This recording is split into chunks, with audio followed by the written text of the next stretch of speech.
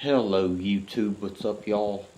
This is me, Bud Dean Langley here, and I'm here for another video, and I'm having to re-record this because when I just tried to play the video through the video editor that I edited the video with in the first place, it was like having some lines going through the video, so I had to come and re-record the video, which this pisses me off because the first review I had up for this pay-per-view, it was really good because I talked about the pay-per-view, so let's go ahead and redo this review.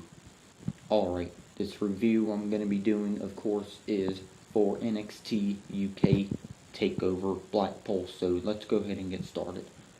Just to let y'all know, this video won't be uploaded to YouTube until tomorrow, which is Monday. I'm just recording it a day ahead, since that's what I do now with my channel and my videos, you know.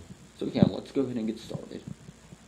Alright, the first match was for the NXT UK Tag Team Championships.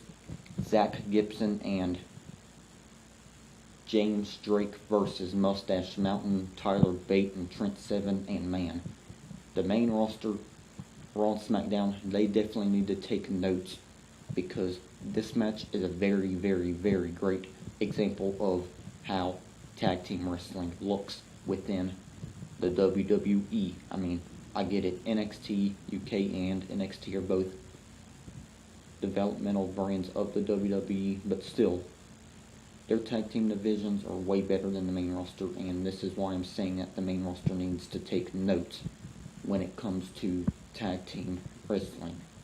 It's true, they really do. But yeah, this match, I thought it was really great. Some people, they probably wouldn't like it, but they probably didn't like it, but I actually enjoyed this match. It was for the inaugural NXT UK Tag Team Championships, and man, fantastic match. Really enjoyed it.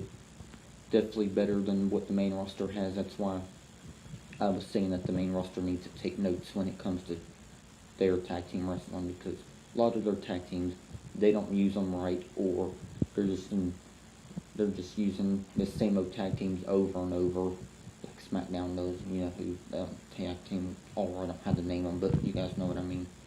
But yeah, this match was really good, and these two teams took it to a whole nother level, which explains why the match was over 15 minutes. But still, I thought it was a great match. But in the end, James Drake and Zach Gibson, they hit their tag team finisher on Trent Seven to pick up the victory, and they are the NXT UK Tag Team Champions. So congratulations to both Gibson and Drake, because both of y'all deserve this. And this match, I'm going to give it a 4 out of 5 because really great match. And main roster, please take some notes when it comes to tag team wrestling, because main roster is trash for tag team wrestling, to be honest. Okay, next match was going to be Jordan Devlin versus Travis Banks, but before the show even started, they were at some building or whatever, and Devlin, he attacks Travis Banks, injuring his knee, and a little bit after that we get an update from the backstage announcer saying that Travis Banks was medically cleared to compete, but when time gets ready and for this match or whatever, before it even begins, Travis Banks of course comes out to the ring, and Jordan Devlin, he attacks Travis Banks, attacks the knee, injuring it again, and to where Travis Banks wasn't able to compete. So we actually got a surprise to replace Travis Banks, and that surprise was Finn Balor. So we got to see two Irishmen go at it, and these two, they train together.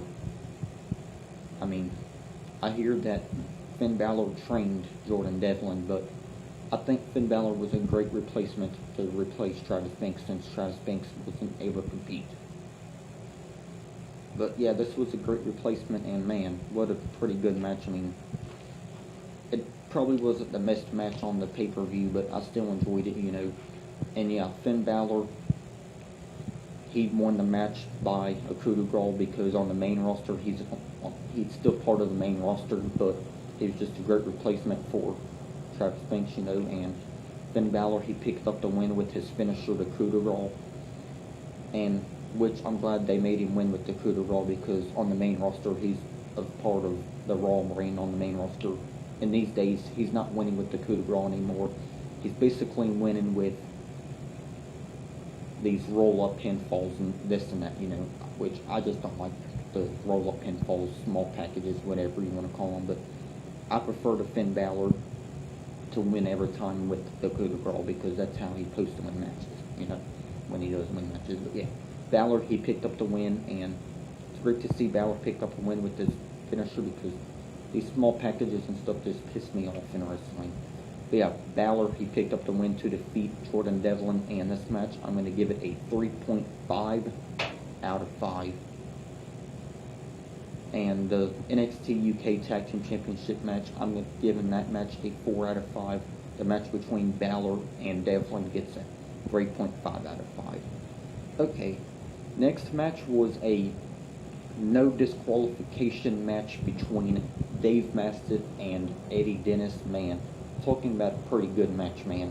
Definitely one of my favorites of the whole pay-per-view, if you know what I mean, because I love some no disqualification matches. I mean, it could have been a little bit better than it was, but still, I thought it was a pretty decent match, you know. I enjoyed it, but at the end of the match, there's like a table sitting in the ring for most of the match, and Dave Mastiff,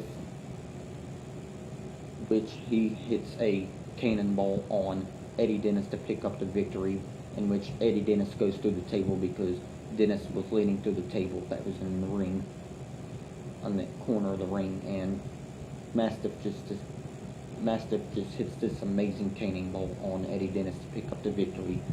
And this match, I'm giving it a 3 out of 5. Really great match.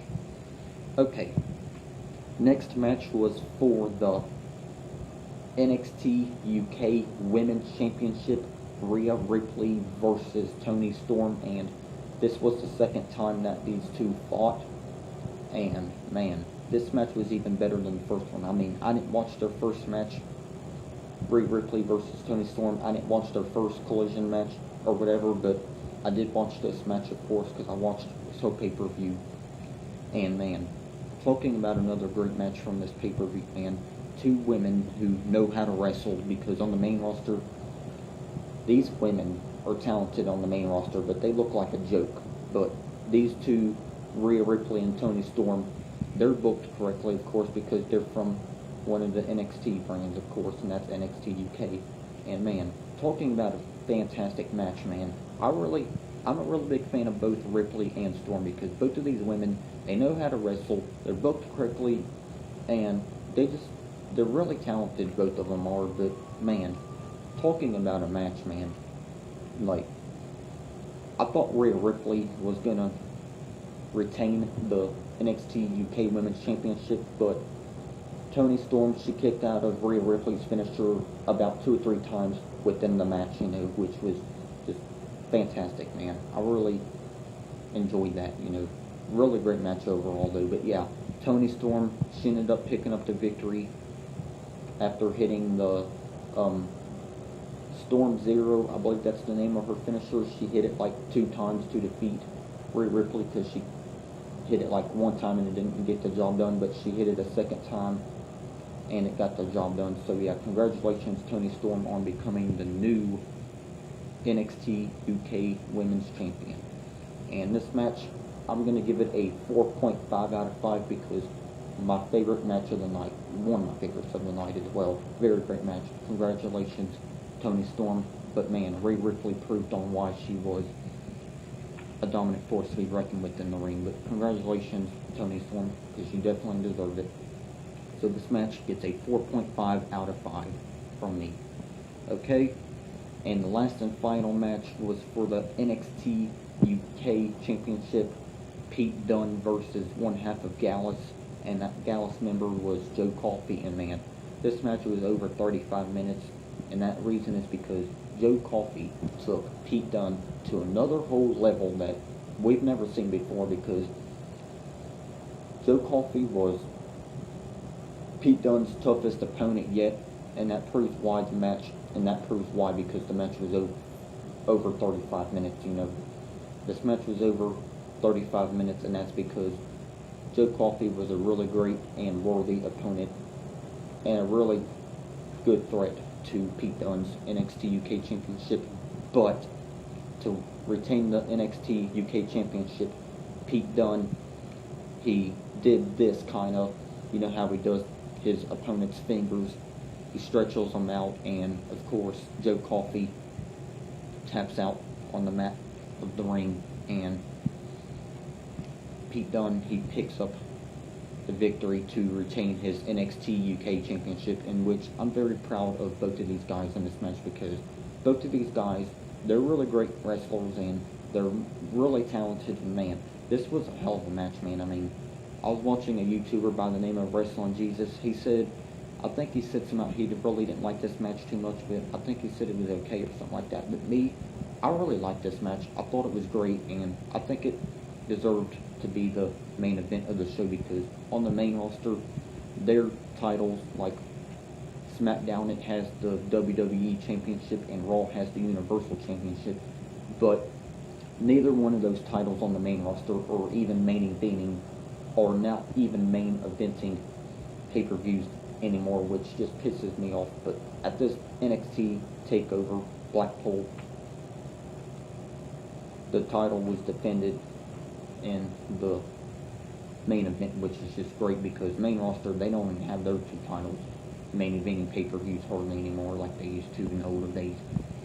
But yeah, this was a hell of a match, and Pete Dunne, he picked up the victory by submission. Man, hell of a match. And this match, I'm going to give it a 4.5 out of 5, because I thought this match was the highlight of the show. I mean, the Toni Storm versus Ripley match was another highlight. Mastiff versus Eddie Dennis was another one. All these matches, though, they all were great, which is why I gave them all really great scores. But before I end the video, I'm going to go ahead and give this pay-per-view a rating, since that's what I do every time I review pay-per-views, and this is my very first review of a pay-per-view for the new channel, of course. So yeah, this pay-per-view as a whole, I'm giving it a 8 out of 10, because man, what a pay-per-view. So the first match, I'm giving it a 4 out of 5. The second match, 3.5 out of 5. Third match, 3 out of 5. Fourth match, 4.5 out of 5. And the last match, also a 4.5 out of 5. But the pay-per-view as a whole gets a 8 out of 10 for me. I was actually going to give this pay-per-view a 7.5 out of 10, but I'm like, never mind, this was a really great pay-per-view, so I'm just going to go ahead and change my rating to an 8 out of 10. So yeah, NXT UK TakeOver Blackpool, I think it was a great pay-per-view altogether, and that's why I'm giving it an 8 out of 10. But other than that, if you liked the review, hit the like button, and if you like the channel so far, definitely hit the subscribe button, because I'd be glad and grateful to have you on my channel. But other than that, thanks for watching. God bless y'all. I'm Buddy Langley. God bless y'all. Thanks for watching, and I'll see y'all next time. God bless. Peace.